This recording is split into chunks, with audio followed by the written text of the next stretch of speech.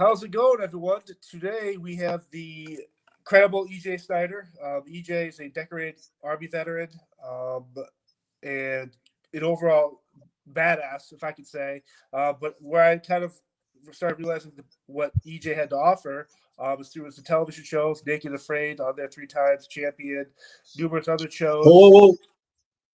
4 times. 4 times. Whoa, wait. Well, we'll have to see. 5 times. So, the first time I watched that, I'm kind of like, man, am I drawn in because they have no clothes on? But then I'm like, well, these aren't random people that they're naked. These are people that probably have the skill set at least to even get this far. Yeah. And I watched the first season, watched the second season. I'm like, the central theme here is you. And then you come into one season where a bunch of people couldn't even compete. You came in last minute. Yeah. And I'm kind of like, okay, who is this guy? So go back to last March when I started this podcast. I'm like, I need people like this I want to talk to because I wasn't aware of your military background or your training and all that stuff. I just knew you as this character yourself on the show. But then I reached out to you and get talking to you and these other ideas we're working on. But again, EJ, it's great to have you on here. Well, I appreciate you having me on, John. My background, I grew up in North Jersey, kind of a tough neighborhood, not really the place you'd find somebody you'd think be a wild man like me getting out there in the outdoors and surviving. Long story, but for the most part, my dad, he was a big outdoorsman, loved hunting, trapping, took me out there. I really fell in love with the outdoors as a young kid. Went in the Army, airborne infantry, ranger background. While I was a ranger instructor in Florida, I actually became the primary survival instructor. I went to formal survival training. It was something I was kind of into for ranger school, but once I became the guy to lead the Rangers at my section for survival, I went to Army SEER school. Absolutely just fell in love with the fact that I want to be a guy that can go out there anywhere in the world, survive bad days. During that time, we had Y2K and all the world's ending kind of stuff going on. So I did that. I did tracking and went to a tracking course, learned how to man track and, turn that into animal tracking for my hunting days. And then I just became obsessed with survival, and it was something I always wanted to do really well. So I went to different environments all over the world, learning how to survive. And when I got out of the Army, I became a contract instructor for about 5 years for the Special Warfare Center, teaching survival, teaching, future Green Berets how to survive behind enemy lines. And that entails many different things besides just wilderness survival.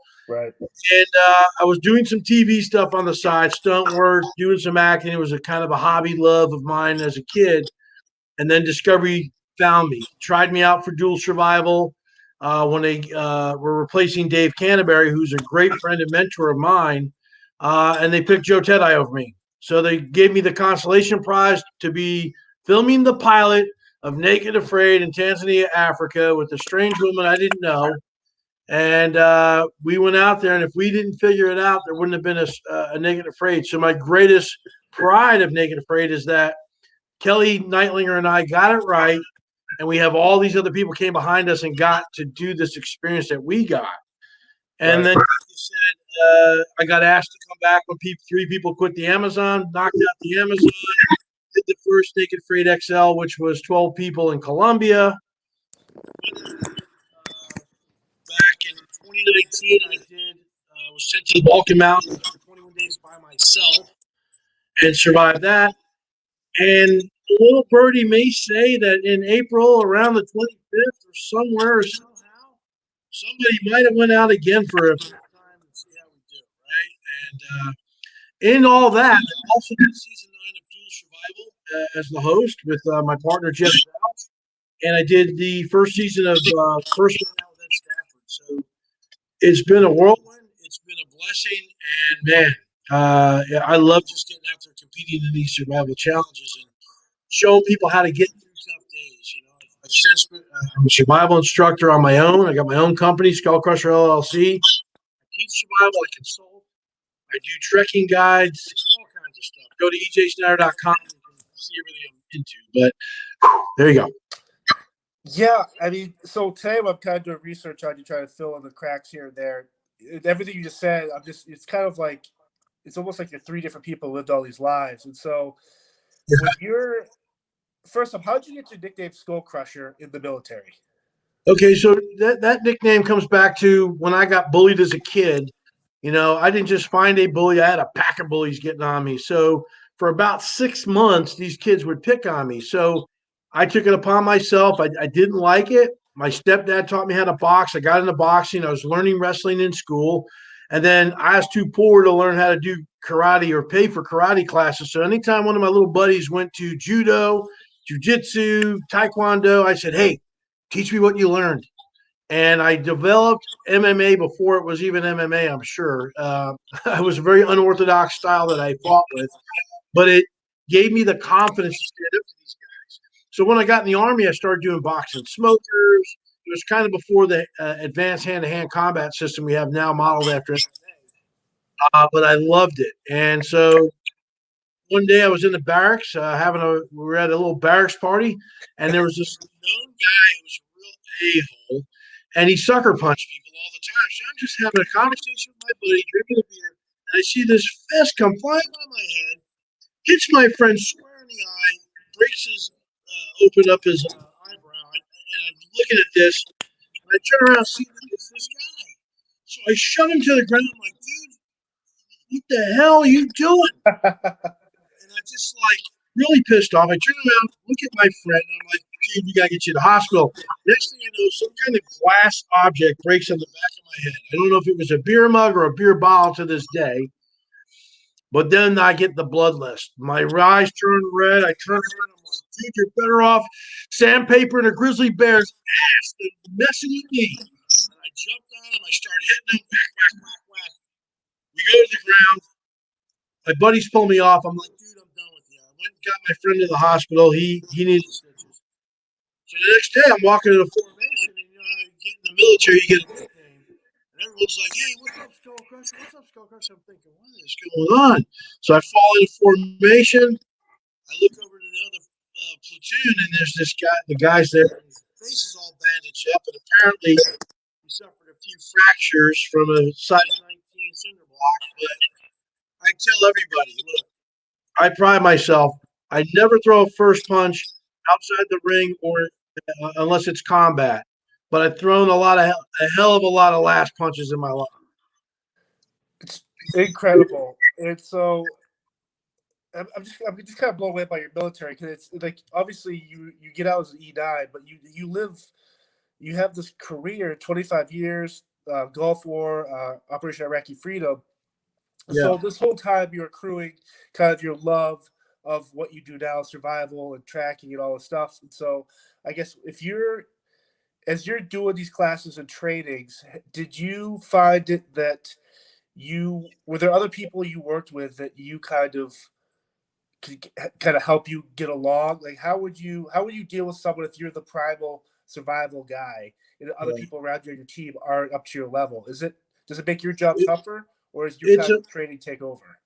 Right. I mean, in the military, we're a different breed altogether. Right. I think I was a different breed even in that. I was very eccentric, very in your face, very loud, led from the front, but I led with my heart. Very emotional guy, emotions on my sleeve. I loved my troops, and I treated them like they were my own kids. And it was a drill sergeant, a ranger instructor. I've got a long list of things that I did that were can be in your face. It's a mentality, it's a mindset that you have to. People say, how do you develop the mind? Where does that mental toughness come from? It comes through the trials and tribulations of your life, your career, what you do. So when I get out there, I do not look down the barrel of anybody. Anybody can have a great idea. I've had a lot of privates with great ideas in the Army, but even in survival, it's a team event. Really, you need each other. And I'm used to being on my own, doing it. If you can't do it, I'm going to do it myself. Forget about you. But for me to ask for help was something I have really had to come to terms with and learned it in Naked Afraid, the challenges I've been on.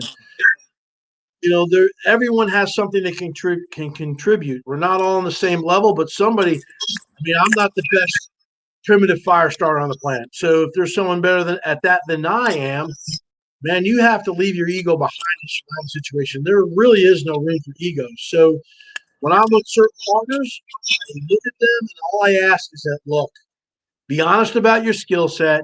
Don't try to be me. Don't try to be above me. It's not a competition. We're here together to do something important and survive. And my first partner, that was kind of a challenge, but we've come to terms with it since. But each time I learned a lesson, and Laura, and I killed the eel. And I got to the warrior spirit because I was going to, she just got done telling me, this thing could kill you, EJ. And I'm like, oh, really? And then she gets mad because she's like, oh, you're coming from a place of anger, which it wasn't. But I understood she's a civilian and didn't understand what the warrior spirit's all about. And so then each time, like the first time I was with 12 others, and leadership I was out there, using my leadership skills, but I had to do it very subtly. A lot of bush hippies don't want to hear some militant guy coming in there and say, do it this way because it's the right way. That's how we're going to all make it. Even though they need, sometimes people don't know they need to be led, and they kind of did. But my thing in that one was I left there without a sense of, I could have, I felt I was the guy that should have got the two groups together in a better way. And we missed that point, and then it just became evident that me and Jeff were very primal. We were out there to do survival and not monkey around or play any games. And they were out there with, not that their strategy was wrong, but they were more taking it a little bit slower, more paced, and that was fine. And then I was left by myself, which was fine. I do a lot of things in solitude. I go out and backpack all the time by myself, hike, put myself in those situations half my whole life. But what I figured out, being by myself in that event, naked, afraid, alone, lonely like a wolf, man, I had such an appreciation for partnership after I left that challenge because Bulgaria tried to kill me. It'd have been nice to have somebody out there with me to help know how bad it sucks, because when you go out there, it's always nicer to go out with somebody and suffer with somebody. They'll know the rest of your days how bad it was, whether we're in war, you guys, buddies and gals in your platoon, you suffer through war. Only they're going to know exactly what you went through. So here I am in Bulgaria, and I'm getting my breakout meal. It's time to eat. Yeah, all right, I'm going to get some chow. And they bring in this whole platter of meat. And the people at the catering's office like, nobody can eat all that meat. He will die. All I said to the guy was, look, get me the same meal I got when I went in. It was a big plate of sausages and chicken and meat and some salad and rice. I'm like, that's a tradition for me. I eat the same thing as my last meal going out is when I come back. Lost in translation. They brought me a platter for 80 people. My point is, I'm sitting there in this hotel room by myself and no one to share this victory with but myself. And I was like, wow. So then I happened to get another opportunity, possibly, during our times with the pandemic, to go out, get one for the thumb, possibly. I won't say how it all turned out, but I was blessed to possibly, I was blessed to go back out for a fifth time, which was amazing. It in itself was an adventure that gave me a lot of other things. After 4 times going out, you think, what else can you learn? Never think that way, and I don't, because you will always learn something about yourself. You say, you're taking years off your life. I'm like, look, I'm adding years to my life. Right. I'm doing this because I'm learning more about myself, what I can take. And more than that, something I never saw coming out of this stuff. I thought I'm just going out to go naked, do something cool with the knife. Same thing with dual survival. Just get out there and do some cool things. The hundreds of thousands, possibly millions of people we have inspired and influenced to learn survival, learn to take care of themselves across the globe has been very hard. And if I'm God's voice for that, his tool vessel to get that out there, so people, bad days are coming, get ready. We're seeing it in Texas right now. Then I'm glad that if I'm that guy. And listen, I'm 55 years old. Age is a number. Don't let it stop you. I'm doing double nickels now. I never do the speed limit, but sometimes I like to go under the speed limit now. Right. I enjoy what I've seen in life and the moments and the breaths and every step. So, yeah, this has been a blessing. And if I'm blessing others through it, amazing. But yeah, 55 years old doesn't stop me. I'm still coming at you. So, It's your story is just, it is motivating to see you do all this stuff, and I've learned so much, whether it's starting a fire, how to make a trap, or how to make a fishing, how to catch fish without the tools I'm used to, and stuff like that. Where you're kind of, it's amazing. So I guess, is there an area of the world or a location that, one, you would love to do something at, and two, is there an area of the world, if you could avoid it, you would never go back? I always tell them I'm only a phone call away, as I was for the Amazon. I Right. literally had 6 days to get down to the Amazon and take on the Amazon. They called me up. It's like, oh, I'm losing money. We've got 3 people quit. All the locals say nobody can do it. I'm like, I can do that shit. Hold my beer. So He's like, how do great. you mentally prepare for that in those 6 days? Because obviously you're training, your background, like this is your alpha, but you still have to prepare for 6 days, and you don't know necessarily what you're jumping into. And this is true to a degree for in what you're saying. I go back to my basic survival skills. I train those. I train them all the time, and applying the basics of survival. Be really good at several things. Don't get too fancy. Don't overthink it, because when they build a better mousetrap, Yep. it never works. Is what I say. They're fun to build, but when you're relying to get some food with it, keep it simple. But I go off my basics of survival. I apply the principles of the areas where I go. Most jungles operate the same way. Most swamps operate generally the same way. And then what I do is a quick study. Normally, I take about a 72-hour period. I get the books, every book I can on the fauna and wildlife, and start studying, what's edible, what's not, what kind of animals am I going to be dealing with, what do I need to watch out for, and for me, I get so attuned. It's like when I would go into battle, before I'd cross the LD, I would take a knee, say a prayer, just like when you go in about 10 minutes into the Yep. battle, you cross the LD, you do sills. I apply that to survival. And then what I've learned when I was in the Amazon was I need to tap back into my primal self and get attuned with my spirit. And now, some people may call it Jedi powers, tapping into the universe. It's a real thing.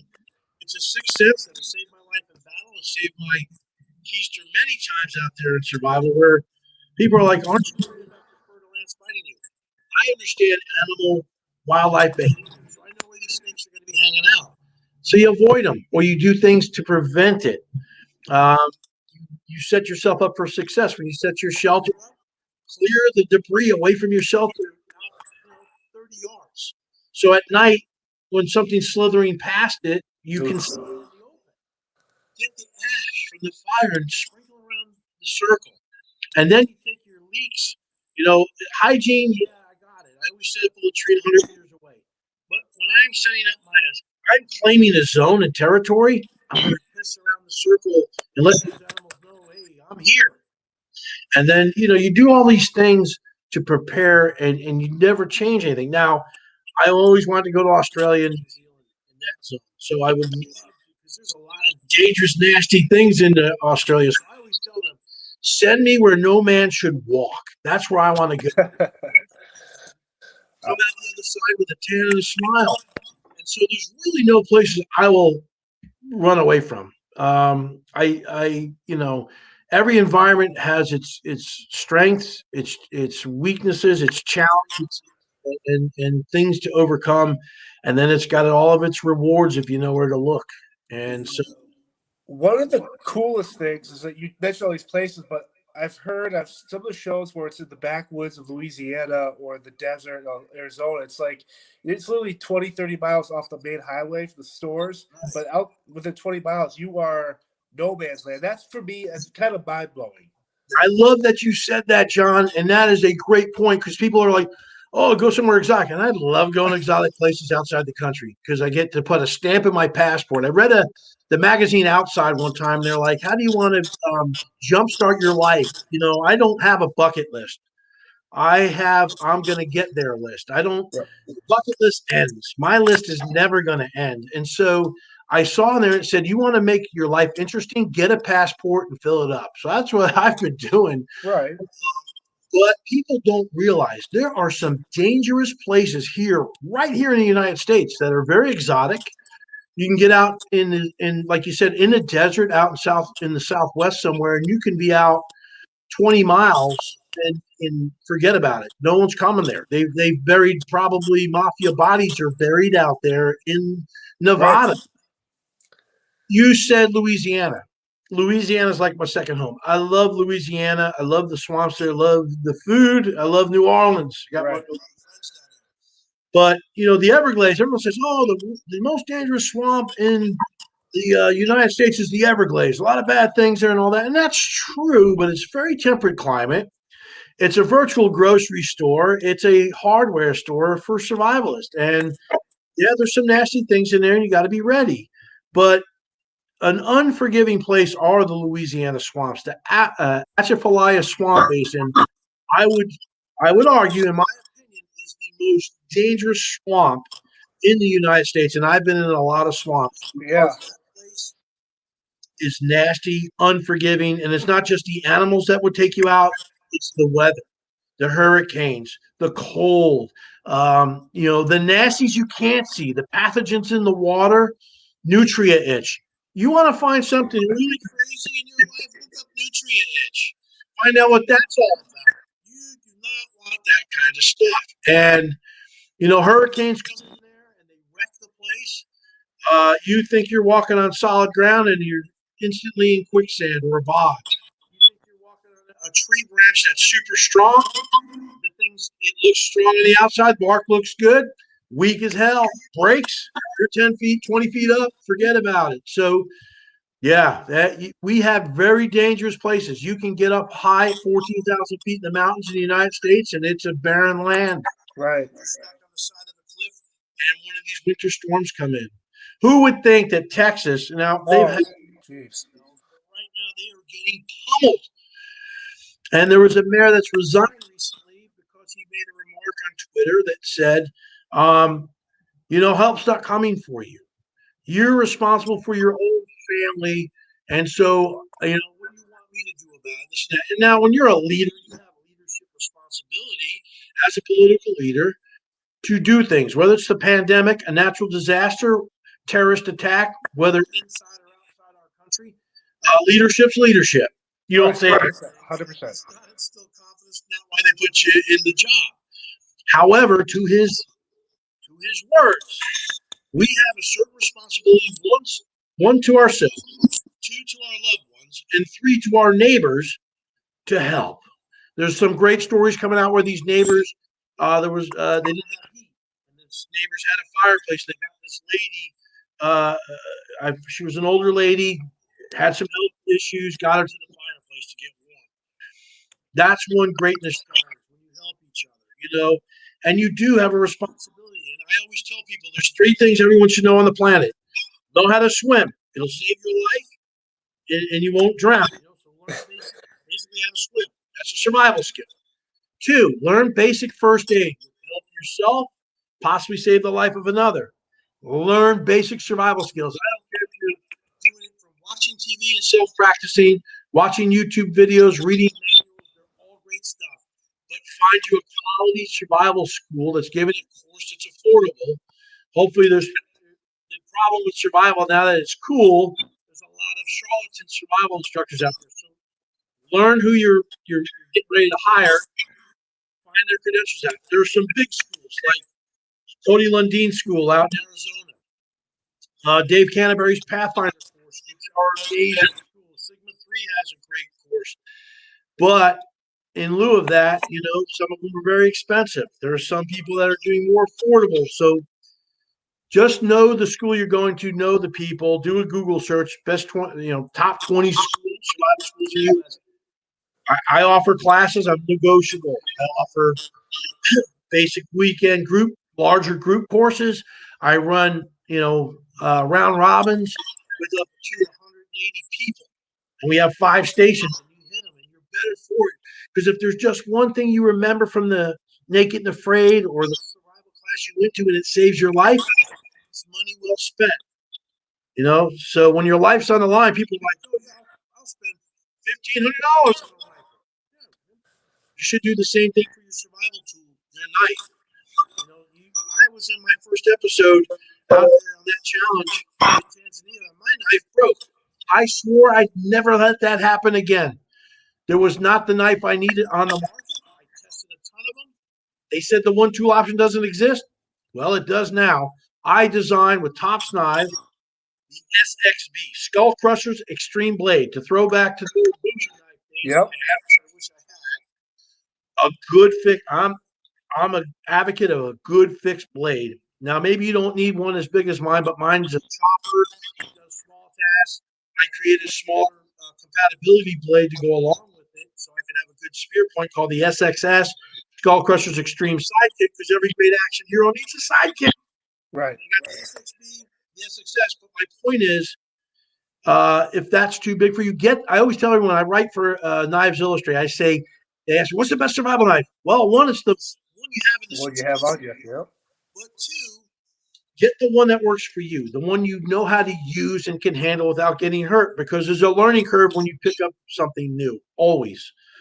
I do get fascinated when someone buys a gun or something just because they can. They just buy the gun. They don't trade with it with all these different nighttime by your bed. Yeah. Well, same thing with a knife. It's like, why wouldn't you know how to pull out of your thing safely, or how to close it, or how to sharpen it? Like stuff like that. It's like, why buy something if you're not going to trade with it? Yes. You have to know your tools. I carry a lot of different knives for different things on my survival pack. I was a gear guy. That's why you hear him say, well, EJ might not do so well with it. EJ doesn't have his military gear. Oh, maybe EJ did really well. He took to primitive survival. It was a skill that I had let slide. It's something I knew, but it wasn't something I ever thought I'd rely on. And that first Naked and Afraid I ever did made me go back to the drawing board. I was working at the SEER school. My buddies were down in the survival wing. I went down there, got my one friend who was the best at primitive fire, and said, hey, get me back up to par. Drill me like I am an idiot again, please. Right. And I love it when you have good friends like that want to torture you. So we went back to the drawing board, and I just reinvigorated myself to get my skills back up to par. And so with that, I've been teaching so many others. I've taught people that are heading out to Naked and Afraid. They signed up for a 5-day class with me or a weekend, and I get them as on par as I can. And I just love teaching people and sharing my experiences and these skills with people. So, but it is a lot of work and it is time consuming. So I prefer to teach more than less. But now, would you actually actively kind of looking at these tapes from people going through, like you said, and what goes into these kind of trials to make it to the filming of an episode of Naked and Afraid? In the beginning, when I started with it, they recruited me Discovery. They found me that way because of my skill set. And so I will tell you that about the first 3 seasons, we had pretty much kicked over most of the stones of great survivalists within the survival community that want to get out and challenge themselves, former military folks, bushcrafters. Gotcha. So when you look at those first 3 seasons, you'll see a lot of more quality parents. Nothing against the rest of the seasons afterwards, but it started getting harder because people thought either the show was goofy or that's not real challenge or this or that. The first layer of shelter is your clothing. And when you take that away, you expose there's a physical shelter gone, plus a psychological shelter. And so it's a really tough challenge. So they asked me around the 3rd season to come on and take over for doing the casting interviews for the PSRs and do the real survival stuff. So when I looked at that and I realized that I was starting to say no to a lot more people, then we got to have a show. We got to have a challenge. We got to get people out there. And so maybe regular people are looking to challenge themselves. Maybe I need to rethink this, that maybe, yes, survival skills are important. And I saw this girl. She was 16 years old. If I recall her name right, her first name was April. I believe it was April.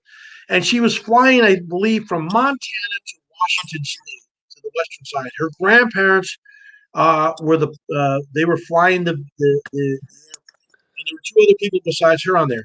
And she went down somewhere in that route. Plane crashed into a mountain. When she came to, everyone was dead except for her. Her and her dad used to watch the survival shows on TV, to include Naked and Afraid. And what she did at that point was make a plan. She tried to put out signals. She knew help would be coming within a certain amount of time. Then eventually she walked herself out of there, doing the things she learned from this TV show. And then I realized, look, there's guys cutting their arms off, stuck in crevices up on mountains. So what does that take? So I took the PSR and cut it in half to 6 categories. So I took, my mindset, skills, and physical, and I cut all that stuff. What does that mean? Right. So I cut skills in half, I cut mindset in half, and I cut the endurance part, everything in half. So there's 6 categories, and I weight those from 1 to 10, and then I get everybody an average score, and you get a true PSR. Once they leave me, though, I can't tell you what happens to that PSR. Some crazy pink Plinko machine must figure it out after that. But when they leave me, it's a true PSR reading. And that way it gives people that are mentally strong, that went through some life experiences that were really tough. It says a lot about how they got through it. Flexibility, adaptability, are they physically fit? Can they handle a 21-day beatdown? 40 days, a little longer. Yeah. You can't go more than three minutes without air, 3 hours without shelter and security, 3 days without water, 3 weeks without food. So that's how the show was initially developed and designed. Now you start to talk 40 days, you better have a skill or two. But so I revamped it, and I started getting a lot of, we've had a lot of great people. You want to hear a great story? Max.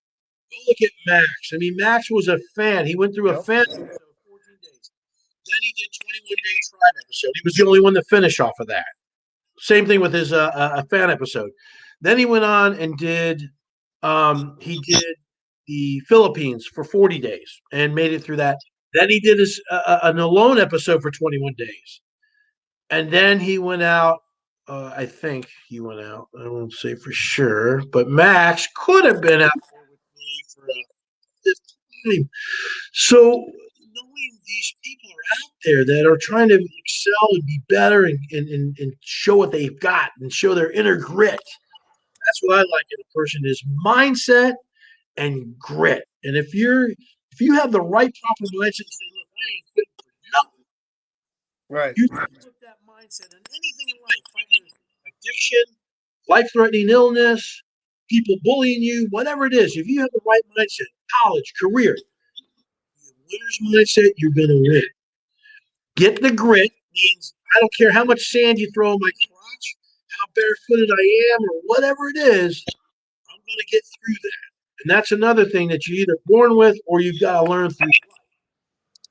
And then physically, hopefully, you've got enough toughness in your physical body, your makeup, that you don't get sick and you can take the beating, because you will get a beating.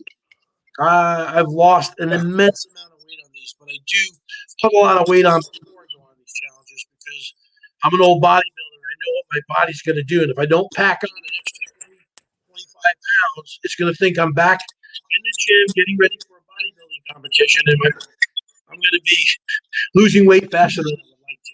What's the worst injury that's come off with a cast member from that show? I mean, obviously, I know people haven't passed and they've had to leave because of injuries, but what is I'm always curious if the TV kind of doesn't tell you what really happens. Like, what is the worst? We've had some people leave the challenge with all kinds of parasites, all kinds of illnesses, bad blood work, spinal meningitis. Manu got the blood version of meningitis, had to relearn how to walk. Jeff Zouch was almost dead by the time he got to the hospital. Charlie Frattini, I think, almost damn near had a heart attack, and he had some problems and was stuck in the Philippines. So there's been some really bad close calls. I will say the this next Naked Afraid XL, airing probably in late April, early May, probably was the most closest someone's come to death or the most worst injury ever sustained.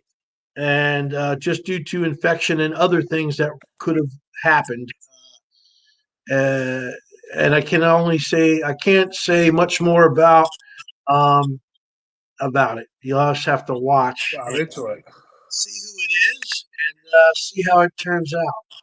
Now, when I watch movies that have the Secret Service or like law enforcement stuff in it, I'm very critical of if it's an action movie. I get it, like have some laughs, it's stupid just action, cool, I get it. It would never happen, but it looks great on TV. When you watch, um, and I know you do some movie and TV consulting with your background stuff, but when you are watching TV or something you're not a part of, and you see something someone does, whether it is reality based or a actual movie or TV show, fiction, do you kind of go, man, why didn't they hire me to show, like, why didn't they hire someone in place like me to really show what really happens or how would people react to stuff? Yeah, that was the biggest thing. I was actually getting ready to retire from the Army, and I was like, I need another career. And I loved, I was as a kid, I loved doing the plays and doing the acting stuff. And I was like, always wanted to be a stunt man. My mom said that was a stupid idea. I would starve, and so I joined the Army. It's like, all right, you don't want me doing that? I'm going to join the Army. Get shot at. That'll be fun. Right.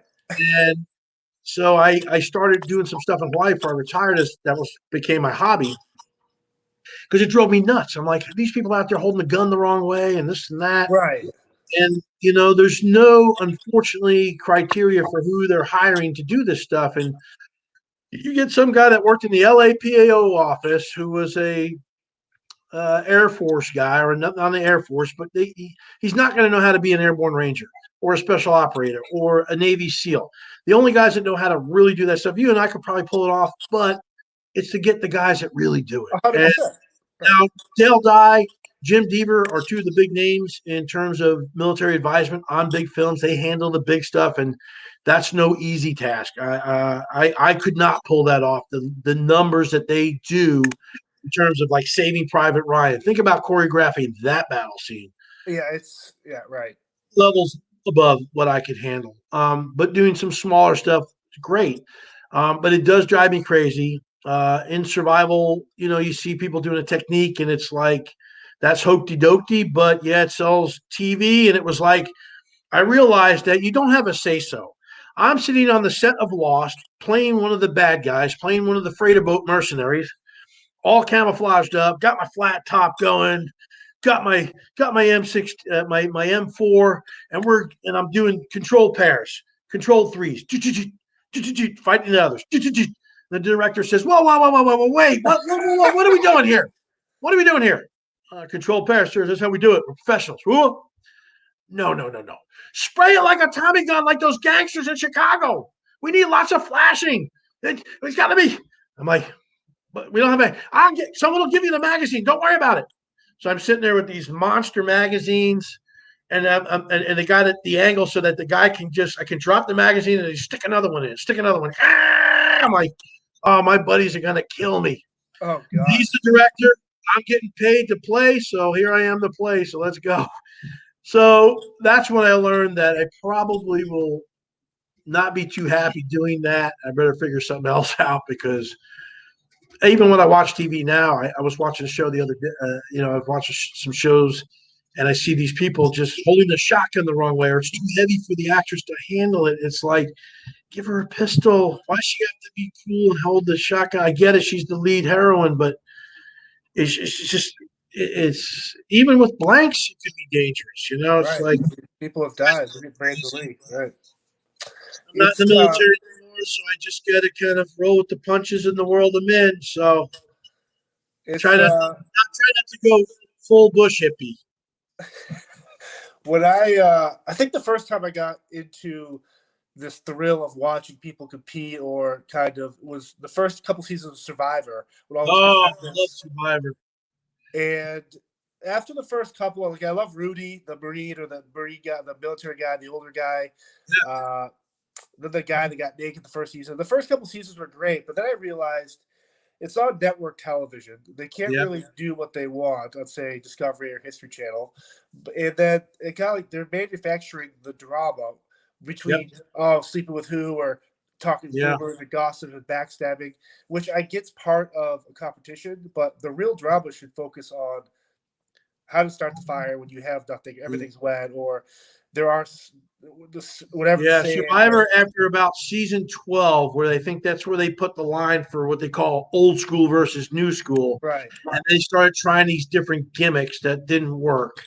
And you could even argue after All Stars, it kind of went off the rail a little bit. They were just starting to cast more prettiness and this and that, not real people. But because I was cast for season 21, I think, of Survivor, Naked Nicaragua, the over 40, under 30 season. And that's when I had just got out of the Army. I was like, oh, yeah, I'm going to finally get on my show. You know, I've been on their radar for a while, applied for years. And they replaced me at the last minute when Jimmy Johnson, the football coach, cleared his medicals. So I don't know if that was God intervening or the spirit saying, hey, we got something better for you. But I kept putting my name out there. I had everybody from I was even cast for a season of Big Brother, of all things. Thank God they replaced me on that one. I even hung up on them 3 times and said, I hate your show. I don't want to be part of it. And they're like, oh, you'll be a great villain. We love you. You'll be like, keep hanging up on us. Right? Yeah, you stick me in a house with Ken and Barbie dolls, shit's going to get broke. And all those were stepping stones to my casting process to different shows and different casting agents figuring out who I was to give me other opportunities. So it's been a really crazy roller coaster journey to land myself in Discovery Channel as a main face for this series. You know, some call me the Godfather, Naked Afraid. You know, it's just I have a very recognizable face and way I present myself. Some say the WWE of survival. I'm big, I'm loud. This way, Ed Stafford wanted me to race him in Thailand because I was this brashish, stereotypical GI that is allowed, and they're going to come bullish at this thing, and I'm going to beat him at his own game, and that kind of thing. So it's TV. You've got to sell soap suds and cars, is what I tell everybody, and they get mad that you don't see enough survival on TV, and we do as well. But the editors have control of it. You got 509 hours for a 21-day episode. That's just on the main camera. That's not counting diary cameras, camp cameras, GoPros, and game cams to cut 43 minutes. And then I think it was 1,090 hours. No, it's more than that for the 40 days because you've got 40 days out there. So it was like 1,090 hours, but that's just one camera. There's so many cameras out there now. It's crazy, and they're everywhere. In some of these locations where you end up killing an animal or something, is there, like, how does it affect? I mean, like, if you're in the stateside, you have to kill an animal. Like, does PETA get involved in organizations like that? They're making sure if this content goes out, that you're killing this animal, like, one legally, but like in a proper way. Like, they will edit. They have edit rules of how they can show it, and they're very respectful. I mean, even on First Man Out, we're very concerned with that because it was an international show. Right. You go to different countries, you have to follow their laws. When I went to Bulgaria, again, lost in translation of Bulgarian to English. Oh, yeah, come on, this would be great. There's lots of things you can see, you can do, kill everything, and this and that, blah, blah, blah. Okay, great. We get out there. There are so many rules of protecting. First of all, most of the small mammals that are in the mountains are all protected. You cannot trap or snare an animal unless you're observing the trap 24/7. You can't use wire. You have to use cordage, which animals always themselves out of it. And if I would have killed one of the hogs, there's a chance that I would have ate one that was infected with a brain-eating parasite that would have killed the animals. So we find these things out when it's like, okay, yeah, VJ kills one. We might have to test that meat before he actually consumes it, unless he can get his fire up to 200-something degrees and kill the thing, just like they do with leprosy. So there's a lot of rules that you can't do this, and all of a sudden it's like, well, looks like I'm going to be vegetarian on this one, which I was. If it wasn't for my knowledge on wild edibles in the area in the study I did, I had stingy nettles, wild plums, wild apples, blueberries, Right. blackberries. Other than that, made it. Walnuts were my main protein. I did have a little bit of fish, so I guess I was a really pescatarian. But that's why I get these people. I cast them, and I love when they come in to tell me the interview. Oh, so give me a little background on how you grew up, where you got your outdoor skills. If you ever went to formal survival training, military, whatever, just give me a brief background. Well, I grew up building forts as a kid. I was outside all the time. And this, okay, you're 47. When's the last time you were out? I was 12. I was camping with my dad. I'm like, and you thought this was the challenge for you to sign up to go 21 days completely naked with one item. Thank you very much for playing. I mean, it's just, and I love their ambition without the. Of course. But I have to be honestly look at these people because I'm about to assign you to John here. And if you can't bring anything to the table, how's that fair to John? And I want people to be challenged. So I have to really diligently be responsible. I a lot of responsibility put on myself that, sure, when they pass me, they're going to the next casting phase. Then it's on them to be interesting enough or crazy looking or be funny or whatever to get cast. But if they're going out there, they're going to have. I owe it to them and their partners to be right. have something to bring to the table.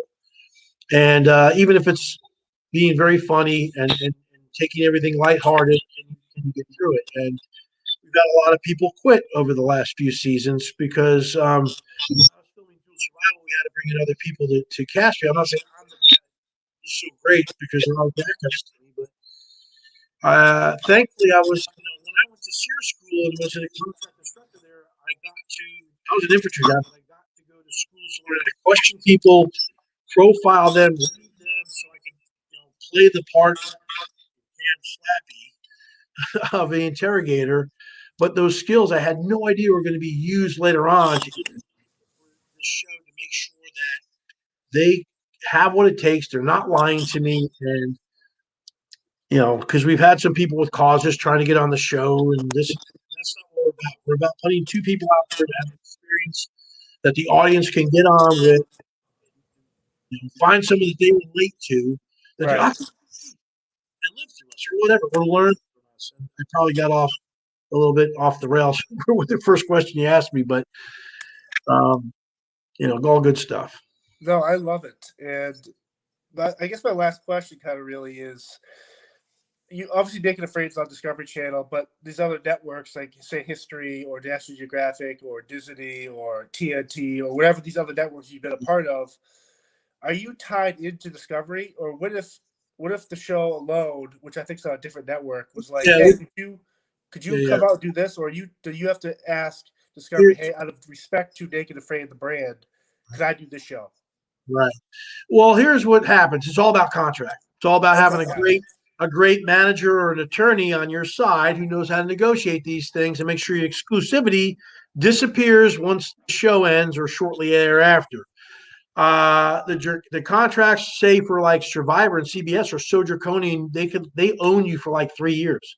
When I first did my first stuff with Naked Afraid, they practically owned me for quite a while, and then I had the second opportunity come up, and I got myself a manager who's also an attorney, and he renegotiated to make sure my exclusivity was next to nothing. So if you want to go do another show or whatever, Discovery, if you're in contract exclusivity period, they'll have a first right of refusal period if you get offered something, they can match it. And if they can't match it, they can let you go for the other opportunity. So I had that happen for Ultimate Survival Alaska. Unfortunately, by the time Discovery said I could go do that race, I had less than a week to get up there and get all my sponsors to get me my gear, because you had to have your own gear. Right. Common gear they give you. So I was like, well, I'm not going to go because I'm not going to be prepared. I didn't have time. Alone has the casting people want me out on that thing, on that show. The problem is History Channel's like, oh, we don't cross network or cross shows. Naked Afraid. We're not going to have any Naked Afraid people on our show, which I laughed at. I says to the history, I says, but you have me auditioning all the time to host other shows that are on History Channel. So what's the problem? Like, well, you'll be out there forever. It wouldn't be fair to the others. So I'm like, well, just let me have my knife and the other 10 common items everybody gets. I'll go out there with just my knife and those 10 common items, and everybody else can have their 10 items that they choose to bring. And we'll see how we go if you want to make it fair that way. Or just let us all get off the boat. Let me go in there go in there first, and then everyone before they get off the boat, oh, by the way, EJ Snyder's out here. They can all get on the boat and give me the $500,000, and we can all go home early. But just sit around. But I really would love that challenge, just to challenge myself. I've gone out for long periods of time. I've been in the wild by myself for long periods of time. And I think, 100 days in the Arctic is crazy. And my hat's off to all those that have accomplished that, because that is really something. And isolation, part of the laws of threes, is humans cannot be by themselves for more than 3 months.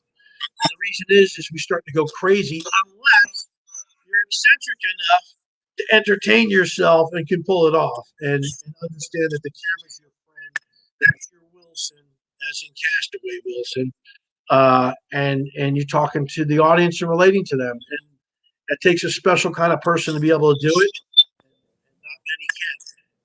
But that alone show is an amazing. I've got a lot of friends from that series, and they're different things. And when Naked Afraid said, "Oh, we're gonna do Naked Afraid alone," I was like, man, I wish you would have named it something else, because Naked Afraid should maybe solo or Right. or something like that, other than the alone title, because people are like, well, they're alone's alone. People just get into semantics over naming conventions, and I was just like, just watch it for what it is, and enjoy it. So Now, before I let you go, where can people kind of find you on social media? Instagram, Twitter. Your website's great, kind of lays out everything you talked about, your training, your classes, and your gear. Is there anything else that people can find you at? Website's updating continuously. It's a living, breathing thing. So it's www.ejsnyder.com. There are social media links there.